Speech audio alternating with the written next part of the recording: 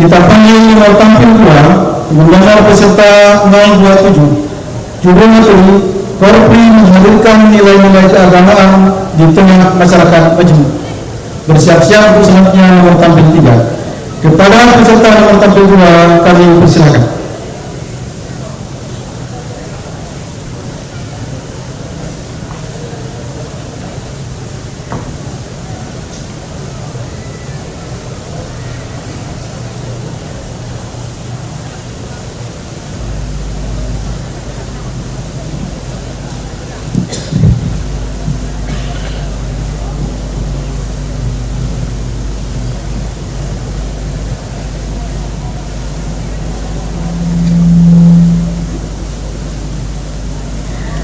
Assalamualaikum warahmatullahi wabarakatuh. Alhamdulillahilladzi ja'alal insana syu'uban wassalatu wassalamu ala sayyidil mustafa wa ala alihi wa sahbihi ahli sidqi wal wafa, amma ba'd. Dewan Hakim yang saya hormati, hadirin rahimakumullah. Humanity is naturally divided into nation. Demikian ungkapan Abu Kidawi. Umat manusia secara alami terpisah menjadi berbagai bangsa. Ungkapan ini hadirin mengisyaratkan kepada kita semua bahwa seluruh umat manusia yang ada di muka bumi ini terbagi menjadi berbagai bangsa dan berbagai suku atau yang kita kenal dengan istilah masyarakat majmuk. Sementara John Pernipal merupakan satu-satunya orang yang pertama kali menyatakan bahwa Indonesia ini termasuk ke dalam kategori masyarakat majmuk. Nah, dengan demikian hadirin, kalau kita perhatikan masyarakat majmuk ini bisa menjadikan sebuah potensi yang sangat baik, potensi yang sangat bagus untuk membangun sebuah peradaban. Namun di sisi lain hadirin, di samping itu tidak sedikit juga menciptakan berbagai konflik sosial, baik yang berhubungan dengan masalah sosial ekonomi, masalah politik, termasuk juga masalah keagamaan. Kita saksikan hadirin para pemimpin yang melakukan korupsi, pejabat yang terus berambisi, para pengusaha yang hanya mikirin komisi. Maka di samping itu rakyat hanya bisa berimajinasi karena sibuk mikirin nasi, roti, sampai teraksi. Hadirin sekalian, ini merupakan cermin untuk kita semua, khususnya kita sebagai anggota Korpri, bagaimana untuk bisa menghadirkan nilai-nilai keimanan, nilai-nilai keagamaan di tengah-tengah masyarakat majmuk. Jawabannya hadirin sekalian, mari kita bersama-sama renungkan firman Allah dalam Quran surah Al-Hujurat ayat 13. A'udzu billahi minasyaitonir rajim.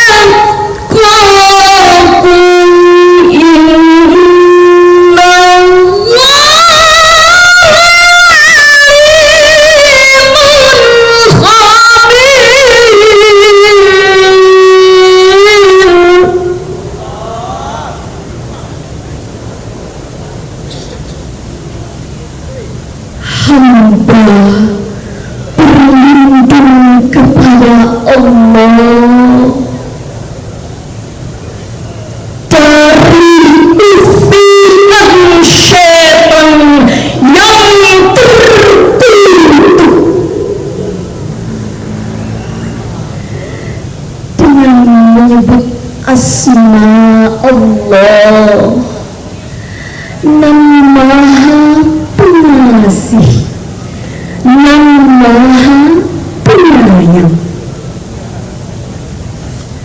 Hai manusia, sungguh kami ciptakan kamu dengan seorang laki-laki dan dari seorang perempuan, dan kami jadikan kamu berbangsa-bangsa, bersuku-suku, agar kamu saling mengenal. Sesungguhnya insan yang paling mulia di antara kamu di hadapan Allah adalah insan yang paling takwa. Sungguh Allah Maha mengetahui lagi Maha mendengar.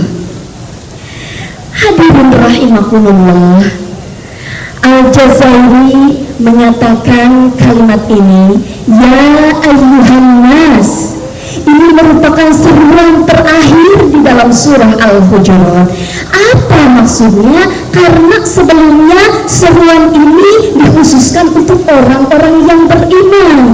Nah, ayat ini hadirin umum untuk seluruh manusia. Inna khalaqnakum min dzakarin wa untha. Beberapa mufasir menyatakan bahwa dzakar wa untha ini siapa ya? Yaitu Adam dan Hawa. Nah, sementara kita semua, ibu, bapak, dan hadirin sekalian, ini kita semua berasal dari bapak dan ibu yang sama. Siapa bu? Adam dan Hawa. Oleh sebab itu tidak ada kesempatan untuk kita saling membanggakan diri, merasa paling mulia dari orang lain. Ini hadirin sekalian pelajaran dan cermin untuk kita semua, khususnya kita bagi anggota Korpri, bagaimana supaya bisa menciptakan sosok yang baik di tengah-tengah masyarakat kita. Apa yang harus kita lakukan? Ada dua hal hadirin. Yang pertama, mengembangkan jiwa inferior. Apa itu? Yaitu lebih mengedepankan atau mengutamakan kepentingan bersama, kepentingan orang banyak. Nah, ini sebagaimana yang telah dicontohkan oleh para kaum Ansor ya, di Madinah yang waktu itu menerima kedatangan kaum Muhajirin ketika bersama-sama Rasulullah SAW melakukan hijrah, berbondong-bondong bersama-sama melakukan hal demi kepentingan bersama. Kita pun demikian hadirin ya.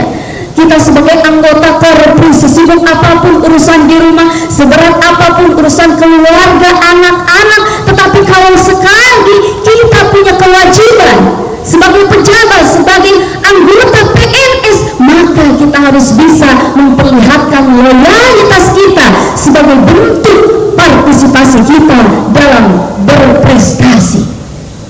Nah, ini yang pertama. Kemudian yang kedua hadirin, menekan sifat ananiah. Apa maksudnya? Menekan sifat keanaan. Ibu tahu nggak anak itu apa bu? Saya atau ada ibu yang namanya ada di sini? Iya, keanaan, kedirian, merasa diri ini paling segala-galanya. Orang lain mengelak, wah, gue kan PNS, gue kan punya jabatan, gue kan punya pangkat, punya gaji, baju seragam, lihat banyak logo-logo pangkat di sini ada namanya. Orang lain yang nggak bisa, nggak punya baju kayak saya. Ini saya lebih dari segala-galanya. Na'udzubillahi. Saya mengutip ungkapan Caknur yang harus kita perhatikan, yaitu lebih mengembangkan nilai-nilai husnuzon dan menekan nilai-nilai suudzon. Karena walau bagaimanapun kita sebagai anggota Korpri hadirin masih memiliki tempat yang baik di masyarakat kita, dan ini yang patut kita syukuri. Hadirin wal hadirat rahimakumullah. Kita lanjutkan ayat yang tadi, lita'arafu. Ya. Menurut Al-Khazi, lita'arafu atau ta'aruf ini maksudnya adalah agar manusia bisa menjadikan manusia lain lebih jauh ataupun lebih dekat. Sementara bagi kita sebagai anggota Korpri, lita'arafu ini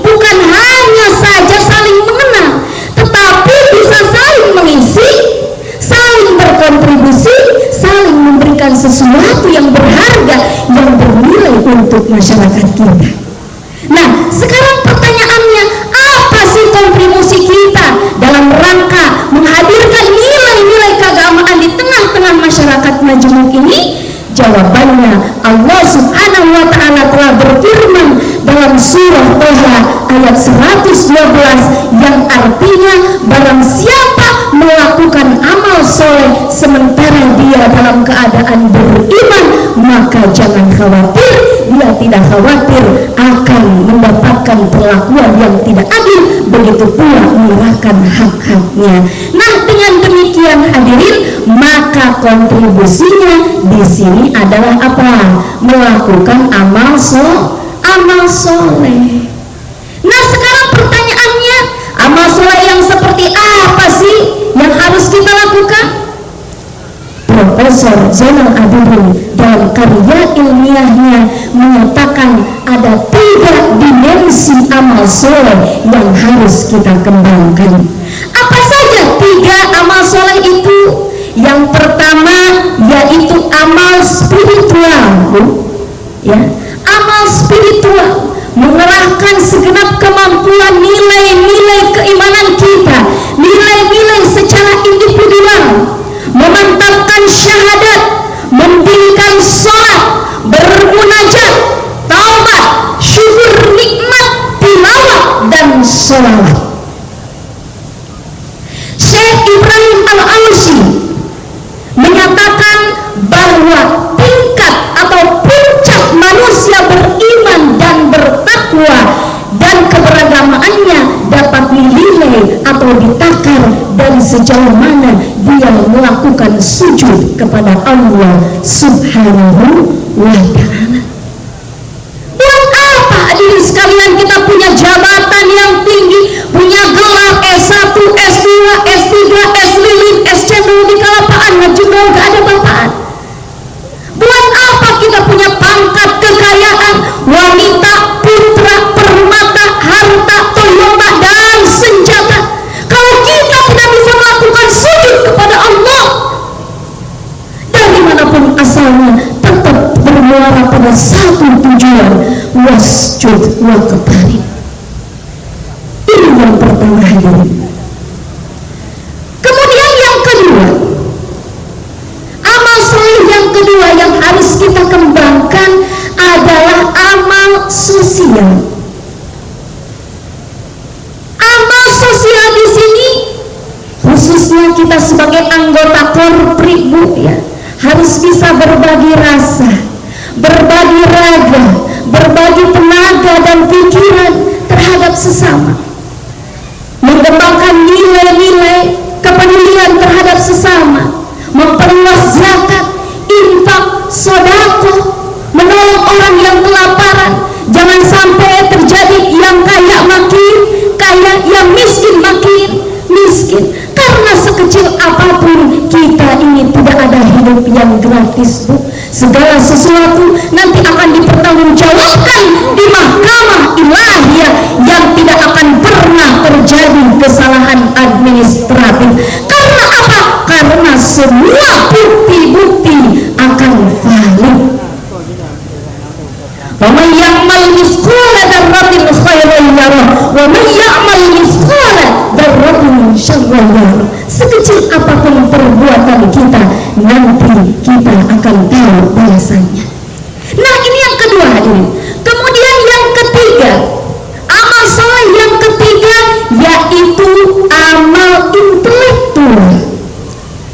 Amal intelektual di sini adalah dalam rangka kita membangun dan meningkatkan pada tatanan ilmu pengetahuan, meningkatkan kita sebagai anggota korpri supaya bisa lebih berkarya, berdiskusi, berimajinasi, melahirkan karya-karya ilmiah, karya-karya monumental ini yang ditunggu-tunggu oleh generasi kita selanjutnya, Bu. Ibu hadirin sekalian, sebagai contoh, ya, para ulama, para cendekiawan terdahulu itu mereka terkenal bukan karena jumlah santrinya yang banyak, berapa ribu santrinya, atau dilihat dari seluas apa pondok pesantren tapi ulama terdahulu dia yang dilihat dan yang diwariskan adalah seberapa banyak karya-karya yang ditulis dan diluncurkannya. Betul nggak, hadirin? Betul. Coba kita perhatikan Imam Syafi'i, Imam Hanafi, Imam Hambali, Ibnu Sina, Ibnu Khaldun dan lain sebagainya, karya-karyanya sampai saat ini sudah sampai kepada kita semua. Ini menjadi PR buat kita sebagai anggota Korpri, bagaimana supaya bisa berkarya dan terus berkarya lagi.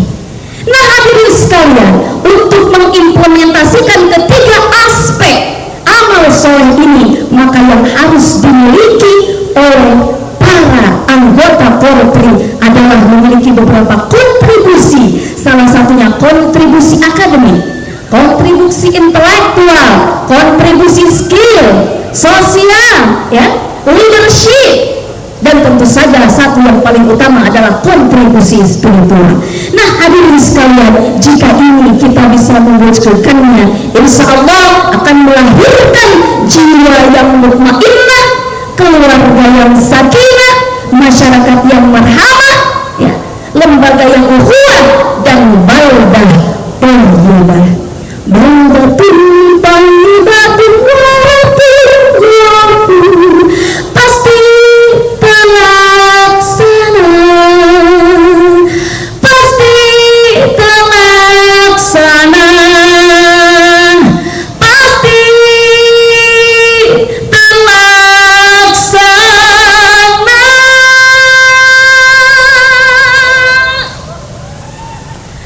Pemirsa yang dirahmati Allah Subhanahu wa Ta'ala, saya tidak bisa mewakili diri dari hadapan Anda. Jangan lupa saksikan terus saya di episode berikutnya. Wassalamualaikum